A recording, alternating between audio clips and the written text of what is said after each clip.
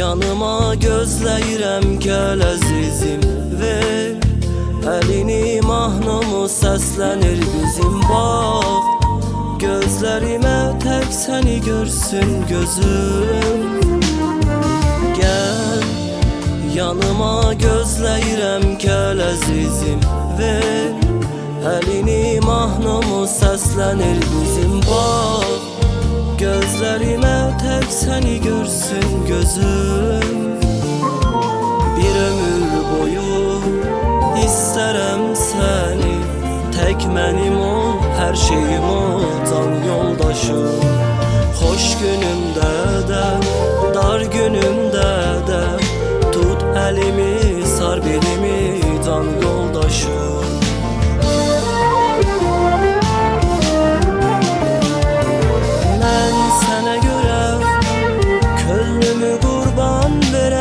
Yanımda olmadığın üçün mən sənə görə, sən harda olsan gələrəm yanımda olmadığın üçün. Qəlbinə yazdım adını, həyatımın qadını, sən mənim göz bəbəyimsən.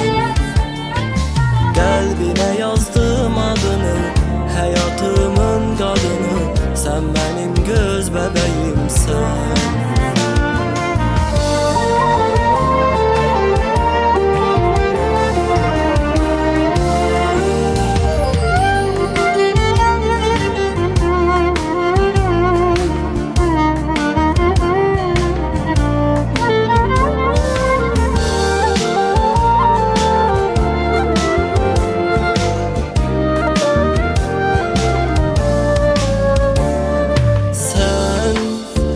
Qəlbini necə vermişsən mənə al, bu ürəyim əmanət olsun sənə. Biz sevgimizi yaşadacağıq yenə.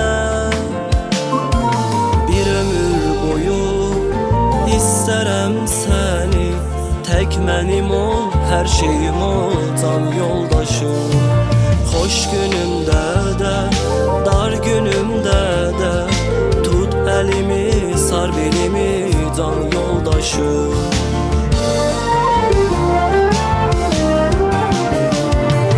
Mən sənə görə könlümü qurban verərəm yanımda olmadığın üçün. Mən sənə görə, sən harda olsan gələrəm yanımda olmadığın üçün. Qəlbinə yazdım adını, həyatımın qadını, sən mənim göz bəbəyimsən. Qəlbinə yazdım adını, həyatımın qadını, sən mənim göz bəbəyimsən. Qəlbinə yazdım adını, həyatımın qadını, sən mənim göz bəbəyimsən.